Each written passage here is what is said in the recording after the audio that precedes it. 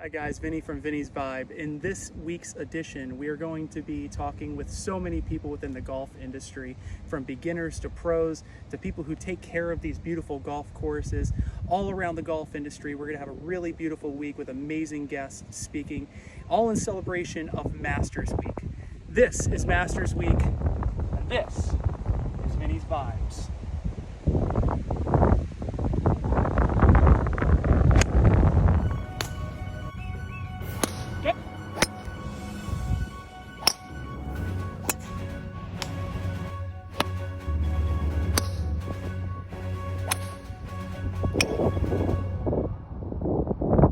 Hey guys, welcome to another edition of Vinny's Vibes. This is a special edition this week in celebration of the Masters at the Augusta Golf Club this week. So this week thought we'd do a little special edition when we would have some people within the industry that, whether they're pros, people taking care of the golf courses to make sure they're in great condition, and just the history of this golf course, and golf just in general.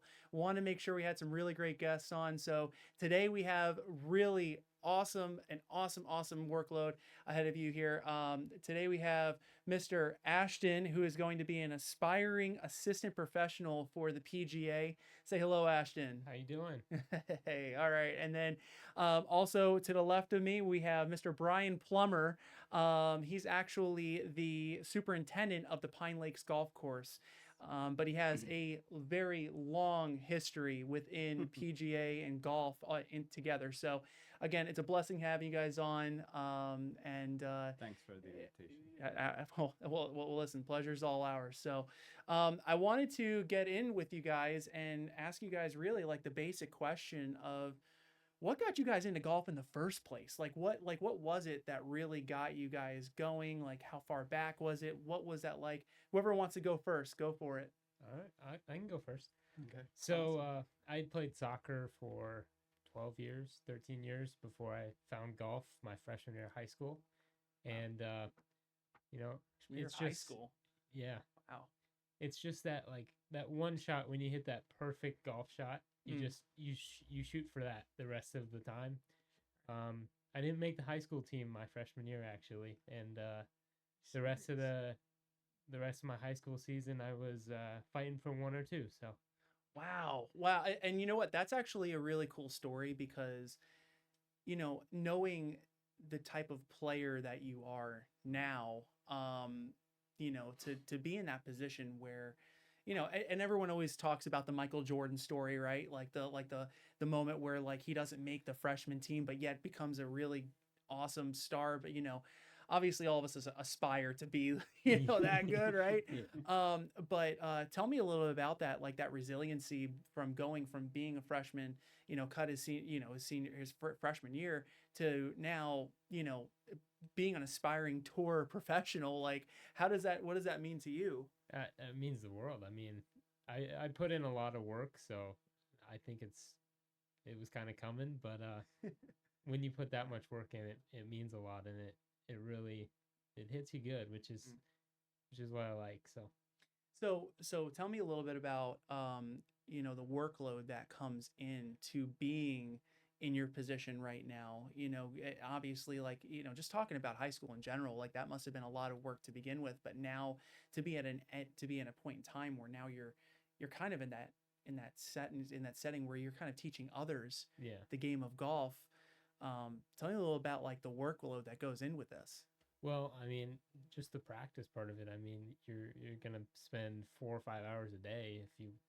I mean, that's what the tour pros are doing. I mean, but then you put when you're trying to be a PGA assistant, you put in classes on top of that. You're putting work hours because you have to get hours for your classes, and it's definitely full days. You're not gonna have a lot of free time, Right. but in the end, it's worth it because if you love the game, it's something you're really going to want to do. So, well, thank you so much, Ash. And we're going to get into passion and golf and all together within this. But Bryan, the same question goes for you. When you started golf, like what was that like? Getting in that position and just knowing that this was something that you were destined to do for your entire life. Getting and being involved in the sport so much. Absolutely. So I wasn't fortunate to be as good a golfer as Ashton. So for all through high school, summer, I spent my, summers working at the golf course. And I'll never forget, I went to college to be a business major, and I failed miserably. And so I dropped out of college. I went back to the golf course. I'll never forget the day the golf course superintendent said to me one day, hey, I think, this could be your career. Right. I didn't know that at that time, because it was long before, this is the early 90s, that the turf grass degrees were knowledgeable. So when he told me that, a light bulb went off. I knew what I was going to do the rest of my life. Unfortunately, like kids today or whatever, he knows what he's going to do. Yeah. When he told me that, because I didn't know what I was going to do the rest of my life. Right. I was content being like whatever. But when he said that, I went straight to college. I was the youngest person in my class. I finished top 5% of my class. Like, wow, that's awesome. I knew exactly when he said that to me. You can go to college, and I went to Penn State first, and then Rutgers, and graduated. It's just, those are some really great universities for sure. So, it was a day sitting kind of like right here. Right. A guy said to me, "You should go and do this for I didn't even know it was a living." Wow. Yeah. And go figure where you're Early at now. 90s, right? Right. You're a kid. You don't know that turf grass science is something you can go do. Right. Well, that's something that honestly, a lot of us can kind of agree on, right? Like we don't know, what type of career you can get involved in. A lot of us go in to be a firefighter or to be a police officer or a teacher or, something that's big. And by the way, I appreciate all of you teachers and first responders and military vets, because, those are really, those people shape the future for a lot of people that are in our lives today. But, when it comes to careers like this, right? Yes. This shapes the enjoyment, and, business deals are made on golf courses, right? I mean, you're talking about so many other facets to what golf does. If you don't have a great layout of a course with character and keep up with it, right? Like that, it's in essence. It's the essence. If I can add something to it, Yeah. life in general, if he's young and he has a plan. Right. Like I'm saying, having direction, regardless of what it is just, when he told me that, I knew what I was going to do the rest of my life. When I said a light bulb went off, I failed out of college as whatever I was trying to do. Right. And then I was top 5% when I knew what I wanted to do. Wow. And okay, if that makes sense. And that's powerful. That's Okay. powerful. That's powerful stuff, because when when you're in that position of trying to figure it out and trying to know what you're destined to do, right? I'm pretty sure I can compare with all three of us, right? Like when you look and you played baseball, right? And you said, I want to be a Major League Baseball player, in high school, or I want to be on the tour, right? And it's and I'm not saying that the goal is not there and that it's not attainable, but it's one of those things where it's there's so many other avenues to life, right? Yes. But anyways, going back to golf, let's talk a little bit about that, because the Masters is coming up. There's a lot of different things that are going to be going on. Scotty Scheffler's obviously always a big name when it comes to this kind of event. And, Rory's never won this event, which everybody is everyone's looking to see if he's going to take this home. Before we get into knowing what your picks are for this, tell me a little bit about watching the Masters and what that's been like for you guys, growing up and, experiencing this incredible tournament, not just in golf, but just all around the sports industry in general. I actually didn't grow up watching it.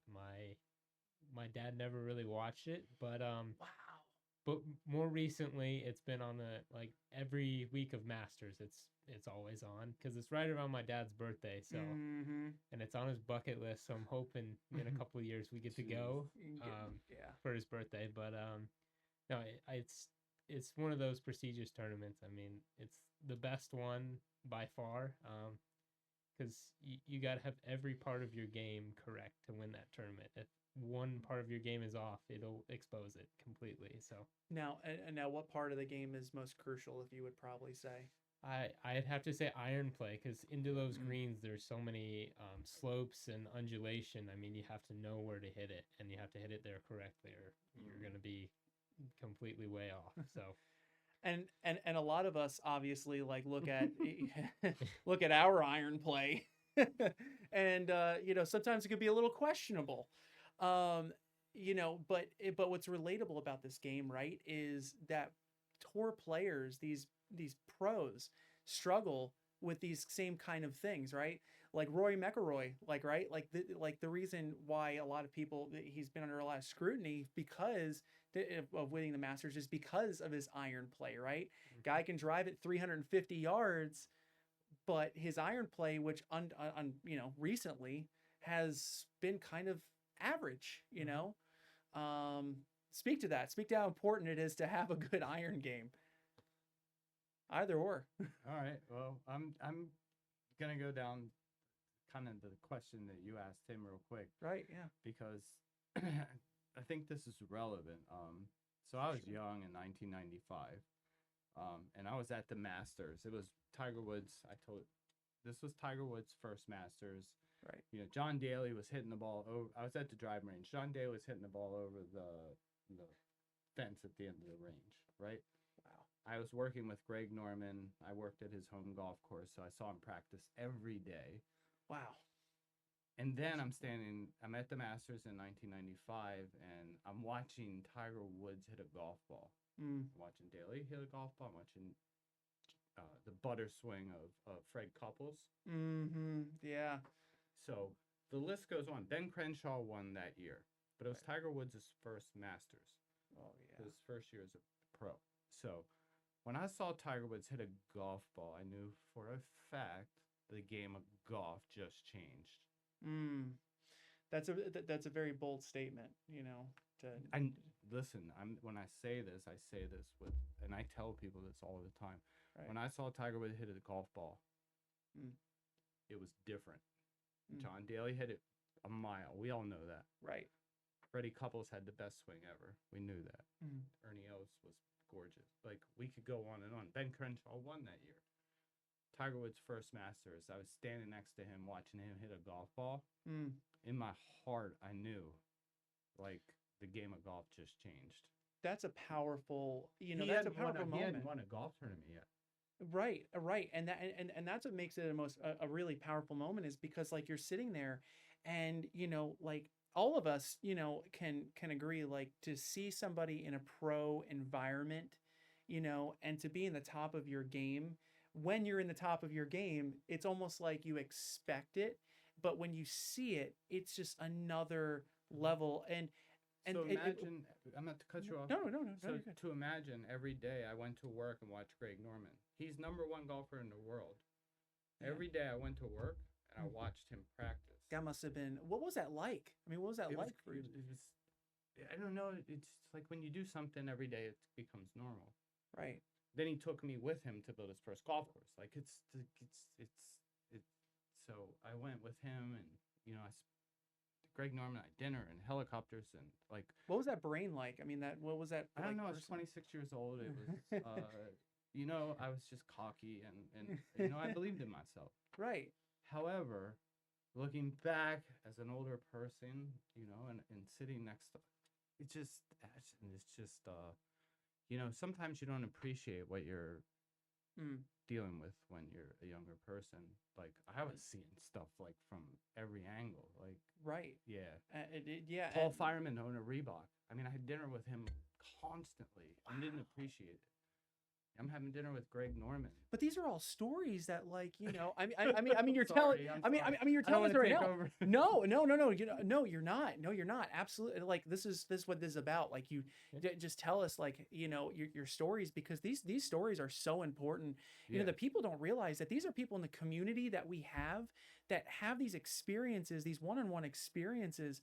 It creates value. Like, Pete Dye became like this is even separate because this became later, Pete Dye and I became such close friends. Like we called each other, and Alice and Peavy, and like you have no idea my relationship with the Dye family. Like it was, That's insane. like I don't want to get like emotional, Hmm.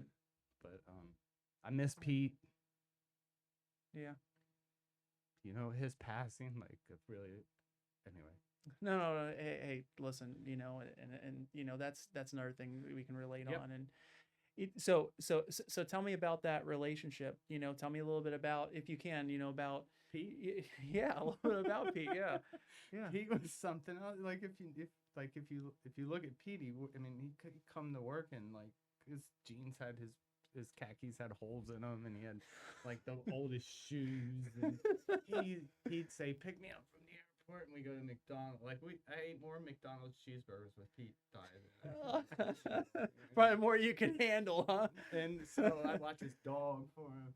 He said, look, take me in the back way," and then he and I go set center line stakes for the golf course. Like while there was media waiting for us, like he would say, "Hey, you pick me up at the airport.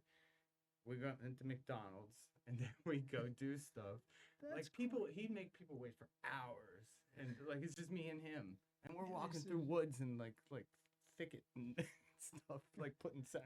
He goes, "Clear this 200 yards that way, or not 200 yards, but 200 feet that way, and give me a center line." Like, Wow. it was awesome. That must have been a really cool. Pete Dye. Think about this. Yeah. Like Pete Dye.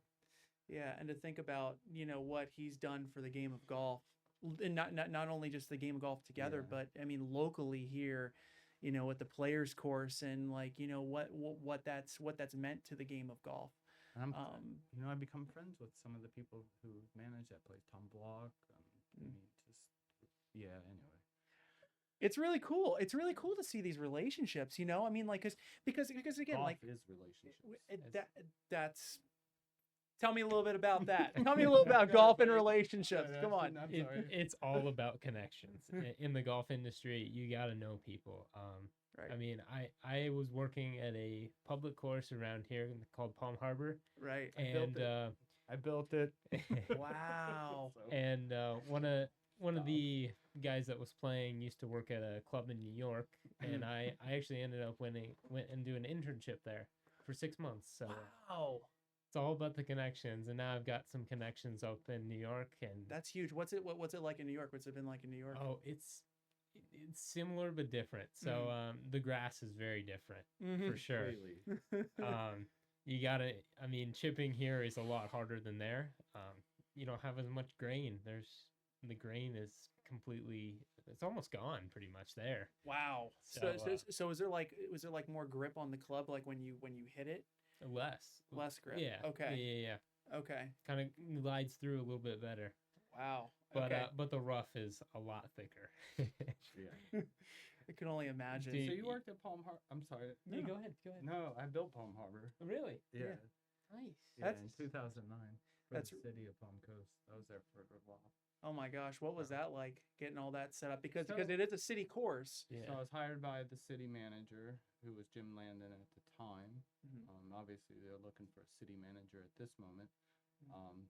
But I was hired and did the complete renovation. And I don't know who you worked for, but I was with Tom Trophy, Bob Duquette, Jeff Ryan, like all the golf pros and GMs. And I didn't know you were. I didn't even know until we sit here right now. It's a great story. It's very That you cool. worked at Palm Harbor. Yep. Lorenzo Butler was my assistant.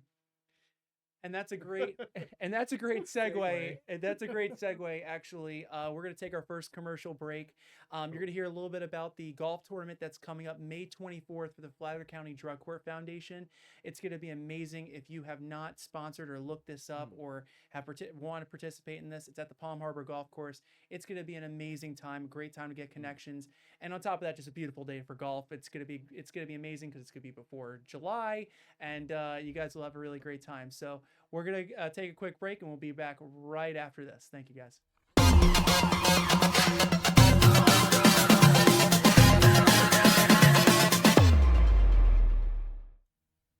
Hey everybody, Mike Feldbauer from the Flagler County Drug Court Foundation, inviting you to our third annual golf tournament on May 24th at Palm Harbor Golf Club. This is our one of our annual fundraisers. Help us help those in the community in recovery. Have a great day. Good food by Loopers. Some great gifts. Some contests out there on the course. Come join us. For information, call me at 401-864-6997 or email me at mfeldbauer, FELDBAUER @gmail.com. Have a great day.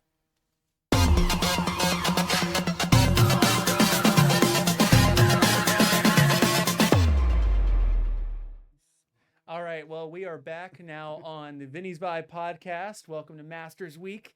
So tell me a little bit about, now that we're back, tell me a little about your favorite golf moment, like your very favorite, like if you were to pinpoint like what your very favorite, when you think about golf, this is what you think about. Touch on that. Who wants to go first? Me? Okay, I'll go first this time. So my favorite moment, and I have so many, and so it's hard to pick from, because I'm fortunate that I've been in this business forever. But I'll never forget walking. I was at Augusta National in 1995, and I was walking up 11 over the hill. And as soon as you crest the hill, I still get chill bumps. You see Amen Corner. Like, I still get chill bumps. Like, until you stand on the top of 11 fairway where the ball lands and you see Amen Corner. Like, I don't know how to even explain it. And by the way, Amen Corner, for some of you guys that may not know the name of the game of golf. So no. This is a this is literally the name of the game. The stories in golf all are based in Augusta. Majority of them happen in Amen Corner. It is the toughest 3 holes, right? 11, 12, 13. Yep, 11, 12, and 13 in golf. And that's why they call it Amen, because once you're done, let's all say it. What do you say? Amen. Amen. Oh man. So yeah, tell the audience a little bit about that, walking down Amen Corner, what that must look like. Cause obviously like from unless you've been like, I took a divot. Somehow I got a divot from the fairway. I don't know how I got it. To be honest with you. I took it home and I grew it for years in a thing. But anyway, yeah. That's irrelevant. So I don't know. I mean, just walking on the property of Augusta National, if you haven't done it, like anybody who is listening to this and has done it will understand. Like there's nothing ever, because U.S. Opens move around, right. British Opens move around, like the PGA Championship moves around. There is nothing. TV does no justice, not high definition. Nothing does justice for this golf course. That's a bold statement, and that's something that I think a lot and of I'm us, a golf course superintendent. Right. And for somebody like Bryan, who's spent the last 30 plus years in this industry, that's something to be said. So if you have not put your lottery in to the Masters website, it's not on your bucket list. It's time you do it. So, Ashton, now it's up to you. You tell me a little bit. Oh, mine comes nothing close to going to Augusta, but I got a great opportunity to go play Bay Hill. I think it was about a year ago. That must have been awesome. That was awesome. Arnold Palmer design course. Oh yeah, Arnold Palmer's. That's where they play the Arnold Palmer Invitational. No, it was an awesome course. I played it actually right after the tournament, so some of the stands were still up, so it kind of felt like I was a little bit playing, and it was pretty cool. Oh, that must have been so where did the layup come? How did you get in? How did it like? So my dad is an electrician, and he actually did some work for a guy that is a member, and he brought me and my dad out there. Wow. And it was so awesome. We got to go in the locker room after. We got to see Arnold Palmer's locker. That was super cool. Oh my gosh, that's not a low ball moment. No. That's pretty. I mean, come on. It doesn't. I don't think it compares to going to Augusta. I mean, but still, it's super cool. And that par 5, you go over the lake. I made it about halfway, not even close. Tried to drive the green. So where would you say in level of difficulty of that course and other courses you played? So I would say it was a long course. What tees did you play from? We played all the way back. Oh, shoot. We wanted to experience what they. Okay. We couldn't play, the tee boxes they played, but we played one up from where they were, and it's a tough course. There was one hole, it was down or into wind, and I did not make the fairway. So those are tough shots just to begin with. Yeah, I mean, but I would say like comparable. There's not really anything to compare to, but it's probably like a 6 out of 10 difficulty if I had to give it a rating. I mean, it's not the hardest you can get, but there's some tough holes out there. Okay, so all right, so I'm gonna relay 2 different types of questions here, but it's all relatable here.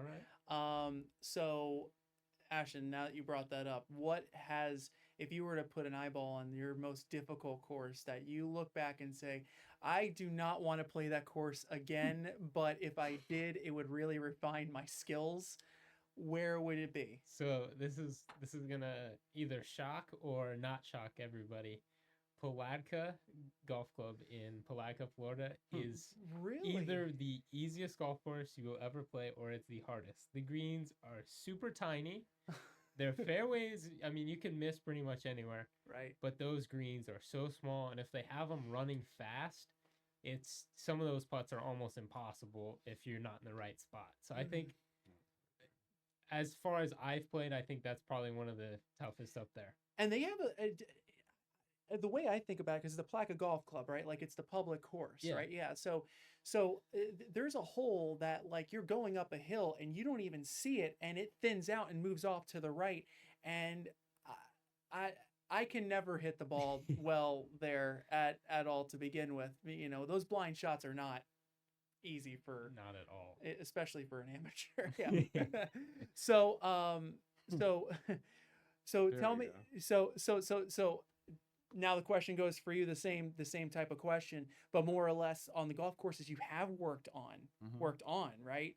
Which one would you say really challenged your expertise in what you do? So when I was the assistant superintendent at Old Marsh, it was ranked #1 in the world as the most lost golf balls in the world. So it's probably a P-type course. I found it fun to play and easy to play, but playing Doral, Blue Monster, Caves Valley, like I can go on and on because I played I feel like I played everywhere. It's and hard this would be both. It's hard to boil it down to like just any single golf course due to you shot your best score at Palatka, right? And you're saying it's. You know what? Tell the audience a little bit about that, Ashton. A little bit about about your best round of golf. Don't a lot of people might envy you for this, but go ahead and publicly say. Say this number. So it was let's see, it was almost a year ago. I played Palatka with one of my buddies, and I shot 63. 63. 63. I was striking the ball as about as perfect as you could. So. What was your okay? Cause so now this is the thing that normally happens a lot. When you're having a bad round, like you remember that really good shot that you had. What happens when you have a round of 63? What does your best shot look like? Well, you still have some bad shots.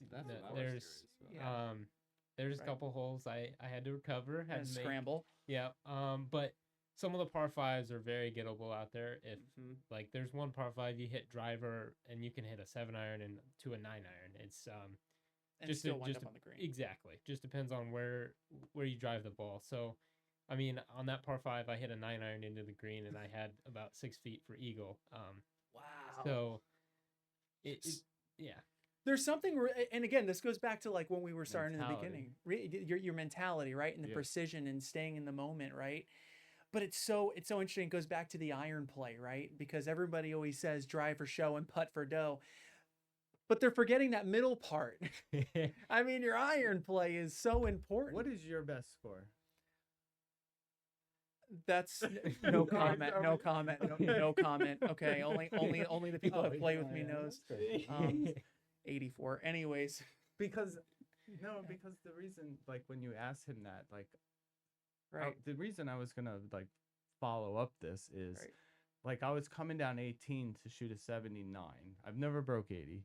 Wow. Yeah, and That must have been and then really cool. like it was just, I felt like a tour player. The nerves just drove me crazy. Yeah. Like, I'm on the tee. I know if I like par the hole, I'm gonna shoot a 79. And I never broke 80. So Sure. Ashton, Ashton, tell me a little bit about shooting a 79, what that looks like. A 79. No. I Here we mean, go. No. Listen.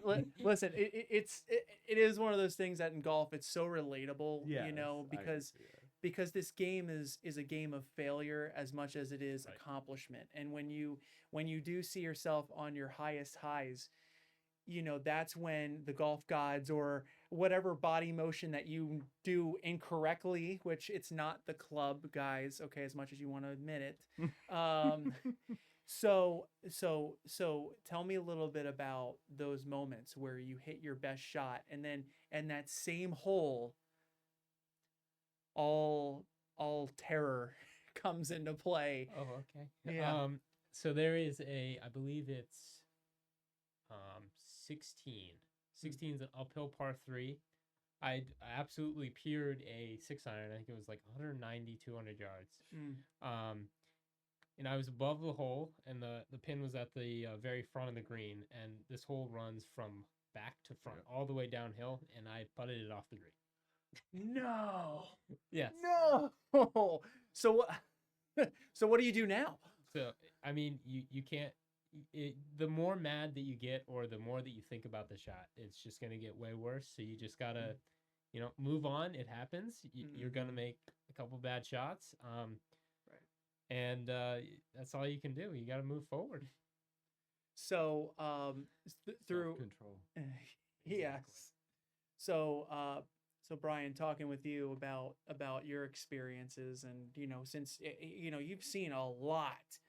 So tell me, have you ever seen a golf blow up before?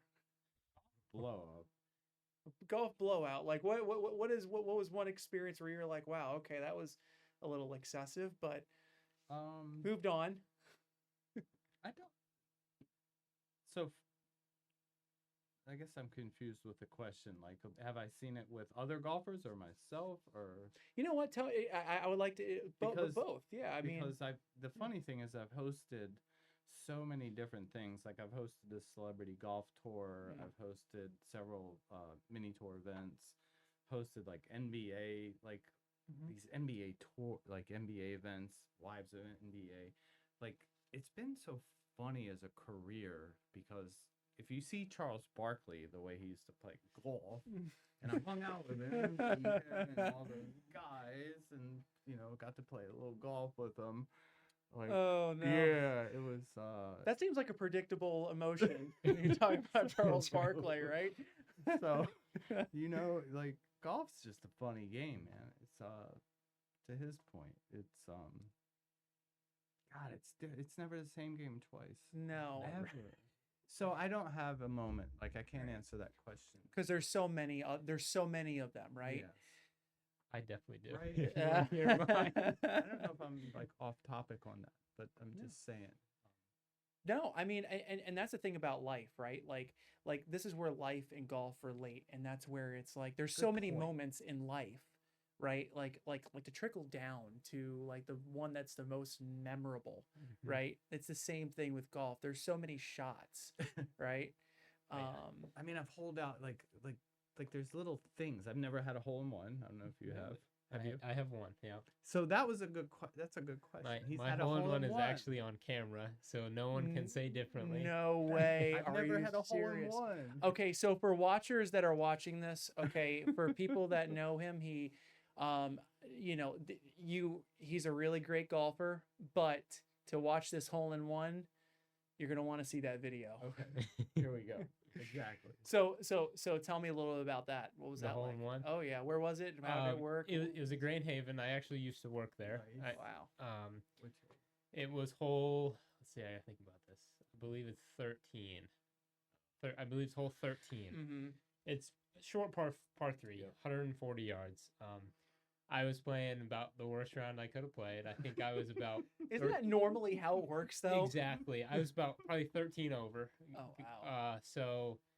And then one of my buddies says, "Try this," and I was like, "Why not? I mean, I'm hitting the ball like crap." So he hits his divot, and I place it right in front of his divot, so I'm kind of like on a tee, Uh-huh. and I just hit the purest pitching wedge I've probably ever hit, and Wow. we think it flew in, is what happened. Like you because- shot and scored.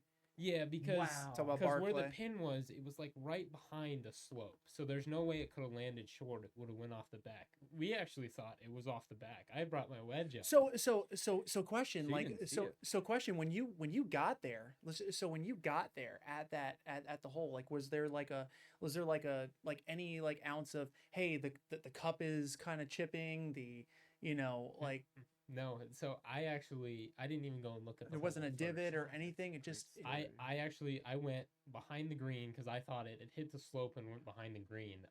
And I brought my wedge and I was looking all over and I'm like, can't find the ball. And we all, when we hit a good shot and we think, why not look in the hole? Look in the hole, I guess. Most of the time it's never there, but the one time I looked there and it was in.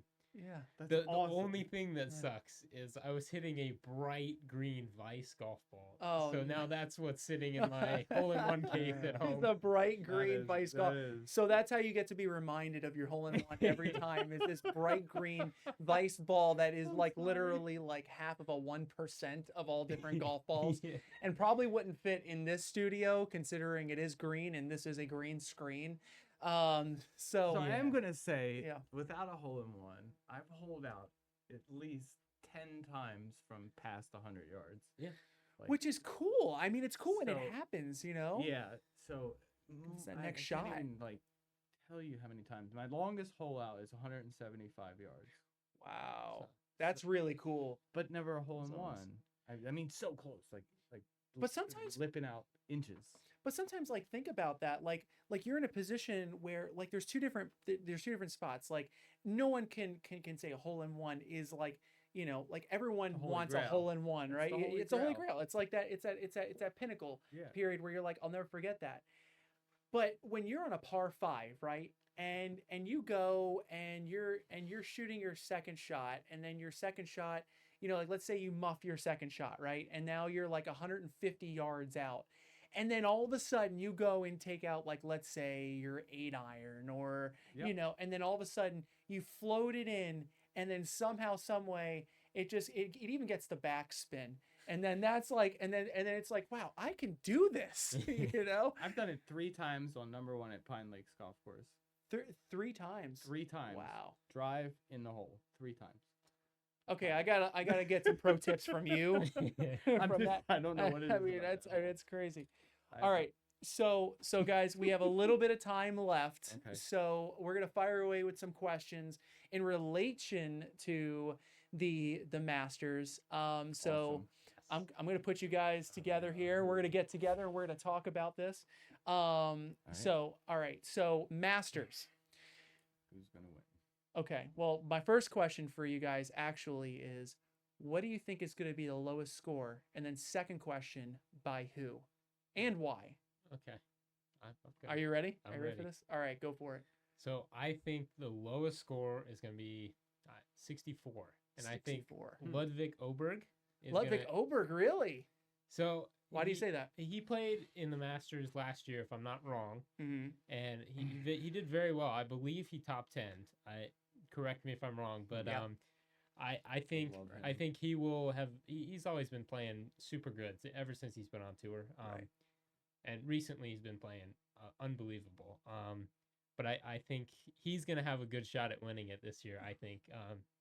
Wow. But Okay. I think he's gonna shoot the lowest round. You think he's going to shoot the lowest round at a 64? Yes. 64. And if you don't know Ludwig Oberg, he plays a lot differently than most of us.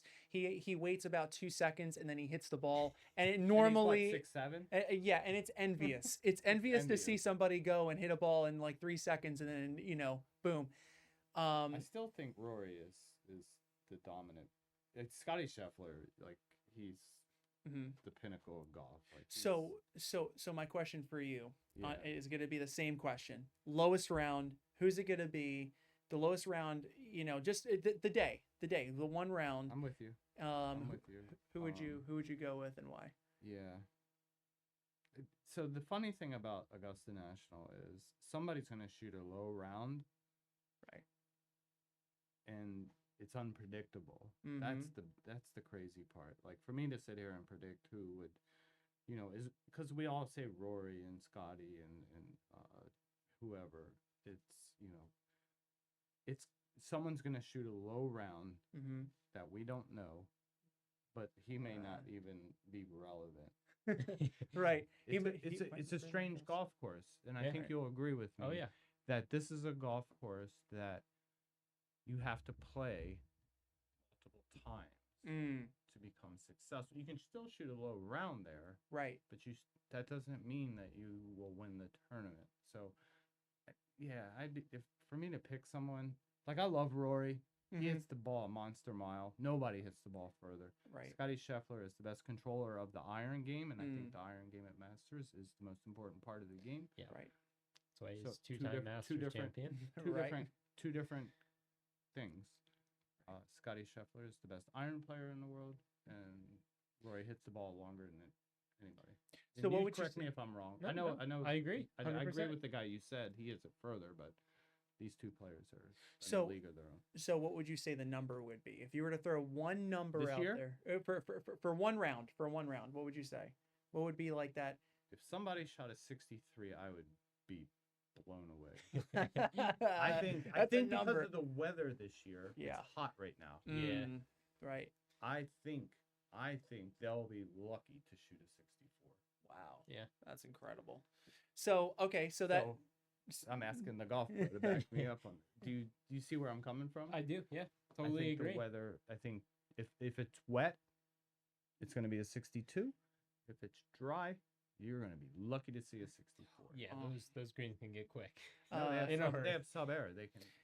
and we've seen it so many times, especially in Amen Corner, right? Like where people have hit balls onto the green and it's rolled off and then into that. Who famously did that? It was Is it Rays Creek? I think so. Yeah. Yeah. I remember. I'm a little younger than you guys, but No. Jordan Spieth, I believe, like That's what I was- 2015 maybe. Right. But I remember his blow up because I think he won the Masters the year prior or one of the years before that, Right. or it might have believe been so. after he had this blow up. But I think it was like 2016, and I think he won in 2015. yeah, I think that's what it was. I think so. Yeah.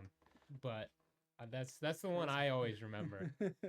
Just it was that 16?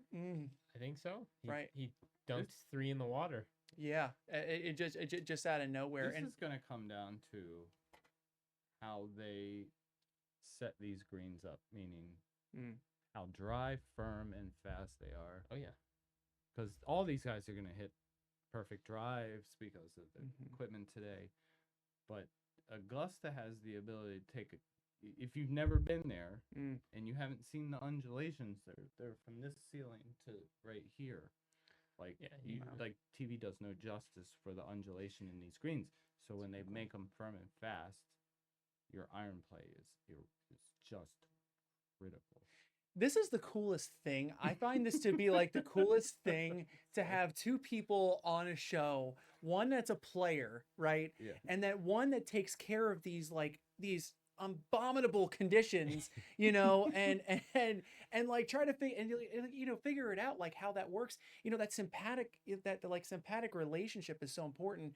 And we talk a lot about how Scotty Scheffler, for example, like really respects the course, when he plays. Finding players that can do that, normally find their best rounds, right? We should be thankful for Scotty and Rory, right? Because no disrespect to the Live Tour, but we should be thankful for the Whole guys. different story. Yeah. I know. I'm just saying we should be thankful for Scotty Scheffler. We're fortunate to watch the people we're watching play golf. Oh today. yeah. That's Oh all. yeah. We even get to watch a little bit of Tigers though. That's Uh-huh. pretty crazy. Yeah, the TGL, right? Like Oh. that's I mean we can go into that too, but we're running pretty low on time, you know, Okay. but I definitely think that actually, you know what? Let's dive into that. What do you guys think of the TGL league? I love it. I think they need to update their full swing monitors. I think they're not the most accurate. Uh-huh. Being just completely honest. As a fan, I see the same kind of thing. Yeah, but I love the atmosphere. I mean, I've never been, but Right. I do want to go. I think it'd be pretty cool. It's a brand new league. I mean, heck, imagine. I think it could go really far. I mean, because I mean, playing time for they're playing like I think they're playing in threes, and it's so much. It's like a 2 hour. It's rapid fire. Yeah, I mean it's so you don't have to wait for anyone to walk down the fairway or anything. They just keep hitting. It's a lot better than. I'm not gonna say it's a lot better than regular golf, but it's more fun to watch. I mean, unless you get into the final round on a Sunday. Right. Yeah. But you're talking with the tour players? Yeah. Yeah. Okay. Yeah, and you know, honestly, the TGL is really it's fun to watch because it makes it relatable to other sports. It actually like in golf, right? You have to be quiet. You have to listen. You can't heckle, right? You know, it like there is the respect angle of golf and what it represents. But the TGL opens it for that type of environment to where you can heckle or you can say something in an arena environment. It gives that ability, and especially for those PGA Tour players, you know, because they are in a position where it's like either LIV or PGA. But isn't that what Liv is trying to do? The team kind of loud music. Yeah. Right. Well, yes. Yeah, they kind of are. Yeah. I'm sorry. No.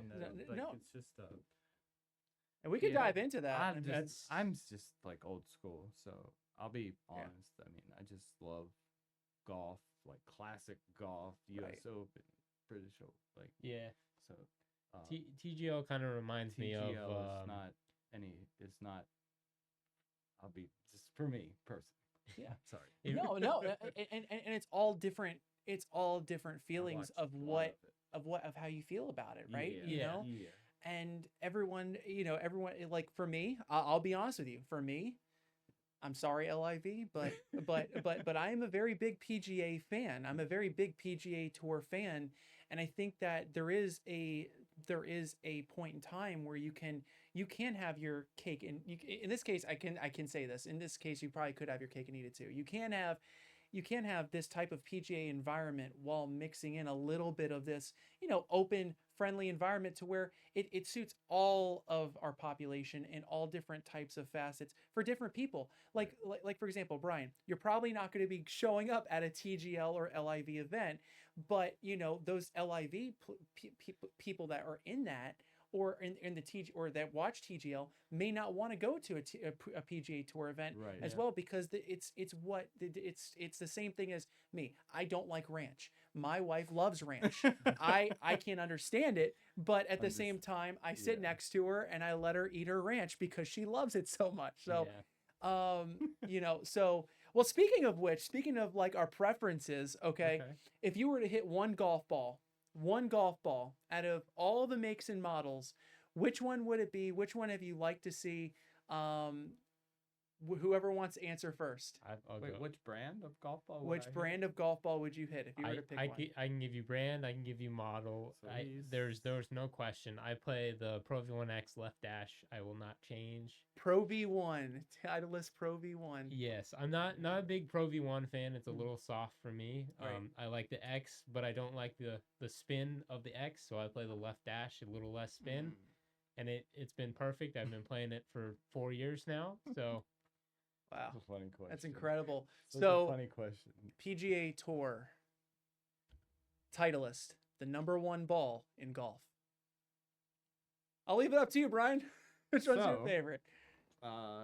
Recently, let me just start this with I switched to yellow golf balls because I can't see my age now, I can't see the white golf Paul ball the Malnati. same. I mean, he hits Oh, yeah. yellow. So I Yeah. started hitting yellow golf. I swore in my life I would never hit a colored golf ball. Like just, but now I have to hit a yellow golf. Anyway, Yeah. so the only thing that matters to me is the softness of the cover.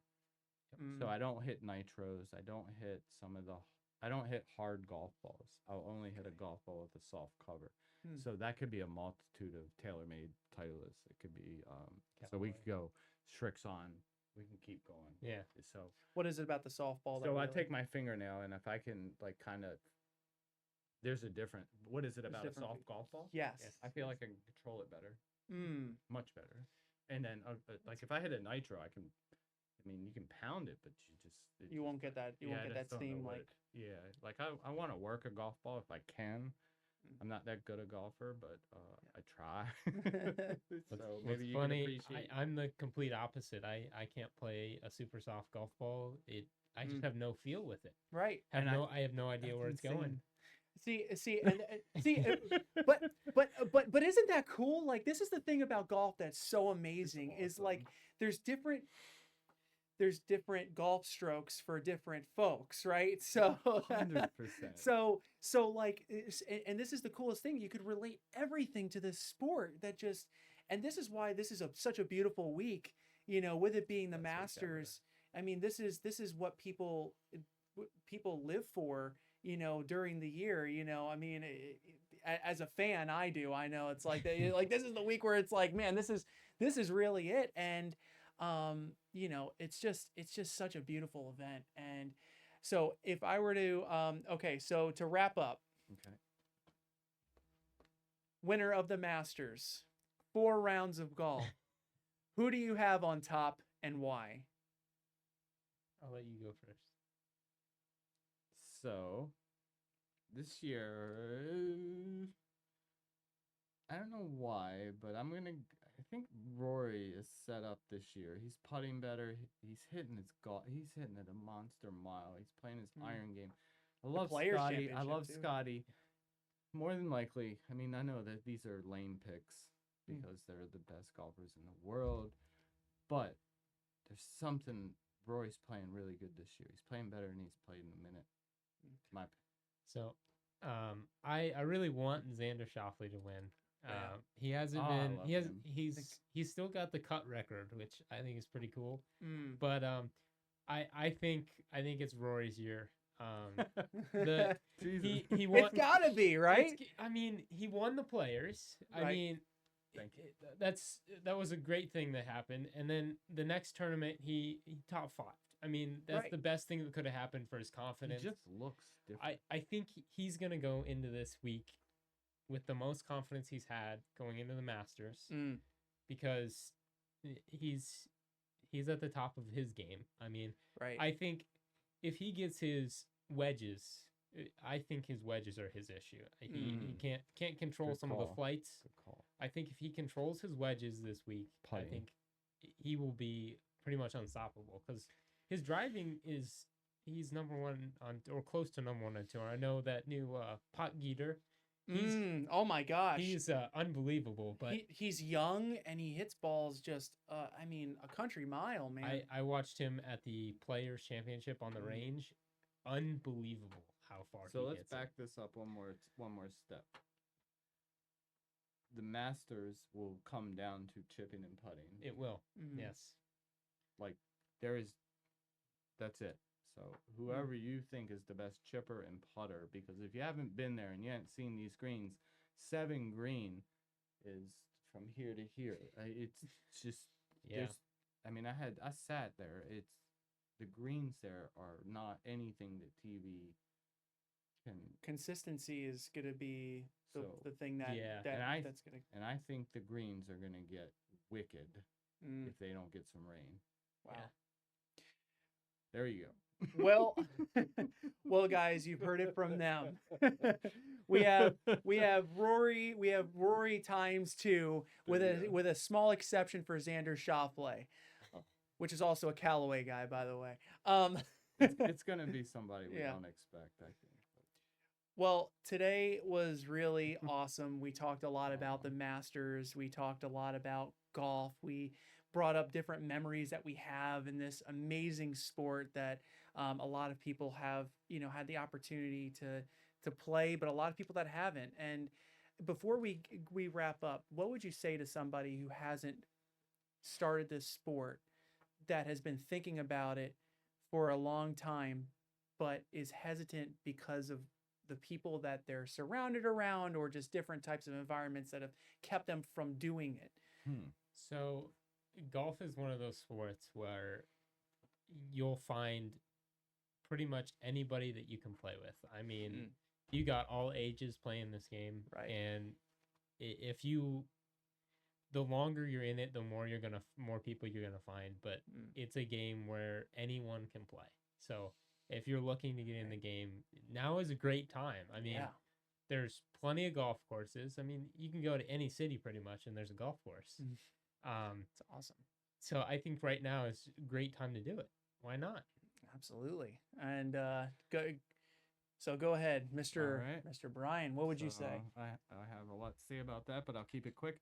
So several things. Sports in general, I think, are great for kids and social, learning team sports. Right. I think are really important versus video games. Golf in itself, other than team sports, teaches you life lessons. And I think if anybody went and took a lesson, like, golf is one of those games that teaches you integrity. It teaches you so many things, and it doesn't matter what age. The great thing about golf, unlike other sports, is you can play it forever. Right? Right. So no matter what age you take it up, you can play it till the day you die. So golf is its own game. It's you against. It'll never be the same game twice. It's not like football, baseball, basketball, name it, tennis. Golf is never the same game twice, and you can play the same damn golf course. It's never the same. I agree. Okay. Thank you, my man. Yep. Well, guys, I just wanted to. I love the passion that you guys have and the knowledge that you guys have brought on to the show. Because so many people need to understand how the game is played, and the beauty of every little nuance that comes with this sport. I just want to say thank you, guys. Thank you, Ashton. I want to thank you for having Bryan. us. Thanks for having us. It was awesome. Yeah, and highlighting this sport, because this sport is different than all other sports, in Yes, my it is. opinion. Yep. I think Totally I think agree. Ashton would agree. Well, guys, that wraps up another episode. That wraps up another episode of Vinny's Vibe. This is where we invite you to ride the wave, but today it seems like we've been riding a lot of fairways, which has been really good. This is a really good, successful podcast. And again, just want to say thank you guys for being on. And again, this is Vinny from Vinny's Vibe. And I would like to invite you guys again to this golf tournament. It's going to be amazing. May 24th at the Palm Harbor Golf Course. It's going to be an amazing time. People are going to have a really great environment. It's going to be really great to create good business partnerships and go for a great cause. Nonprofit Flagler County Drug Court Foundation. They are fantastic. Again, from Vinny's Vibe, inviting you to dive into your vibe. Thank you, guys.